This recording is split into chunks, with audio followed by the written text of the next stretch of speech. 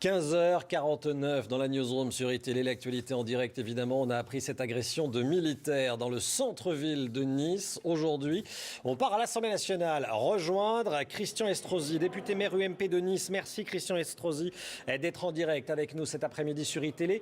Que s'est-il passé exactement dans votre ville aujourd'hui ? Nous avons reçu il y a quelques semaines des renforts de militaires que j'avais demandé dans le cadre du plan Vigipirate. 3 d'entre eux étaient aujourd'hui en début d'après-midi en faction à proximité du consistoire. Et c'est là qu'un individu qui déjà avait eu fort affaire avec des contrôleurs des transports urbains niçois est sorti de ce transport urbain, a sorti un couteau extrêmement dangereux et aiguisé et long, l'a porté à la gorge d'un des militaires, a évité, grâce au militaire qu'il a esquivé, d'atteindre sa gorge pour n'atteindre que légèrement le visage. Et les 2 autres militaires, en essayant de le neutraliser, ont vu l'un d'entre eux blessé assez profondément dans le bras. C'est un de nos concitoyens niçois qui est intervenu avec l'aide de 2 policiers municipaux qui ont pu l'interpeller et le remettre entre les mains de la police judiciaire.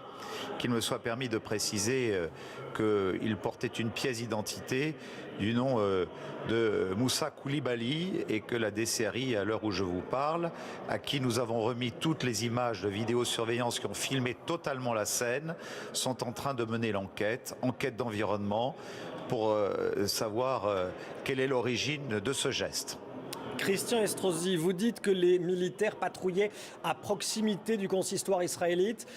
Ils protégeaient le consistoire ? Oui, ils avaient notamment cette mission, puisqu'ils font partie de ces effectifs qui sont venus renforcer la police nationale et la police municipale pour la surveillance de lieux de culte et de lieux sensibles dans notre cité. Je veux leur rendre hommage pour le travail qu'ils font. Ceci intervient le jour où nous avons raccompagné 9 de nos aviateurs aux Invalides. En même temps, il est important que nous soyons extrêmement vigilants. S'agit-il de l'acte d'un déséquilibré, de quelqu'un qui a volontairement voulu porter une agression contre des militaires, ce qui serait déjà inqualifiable, ou au contraire d'un réseau djihadiste organisé auquel il appartiendrait. C'est aux enquêteurs qu'il appartient maintenant d'élucider tout cela, sachant que toute la scène a été filmée par le réseau de caméras de vidéosurveillance de la ville de Nice, qui, je le rappelle, est équipé de plus de 1000 caméras dans notre cité, ce qui aidera sans doute à l'élaboration. Est-ce que des propos antisémites ont été tenus selon vos informations ? Selon mes informations, au moment où je vous parle, rien ne m'a été communiqué sur ce sujet, ou rien de précis, suffisamment précis pour que je puisse communiquer dessus.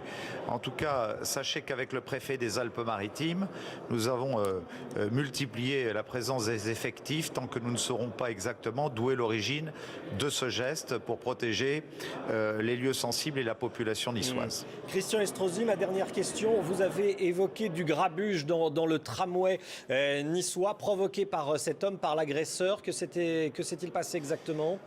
En réalité, ça n'est pas lui qui l'a provoqué, c'est simplement que nos agents de contrôle ont remarqué qu'il n'avait pas payé son ticket de transport, ont exigé de sa part de bien vouloir le payer. Il l'a fait d'ailleurs pour essayer de ne pas trop attirer l'attention, et à peine avait-il payé et qu'il semblait être arrivé à destination à l'arrêt du tramway pour se précipiter vers ces militaires qui étaient en faction à ce lieu près du consistoire.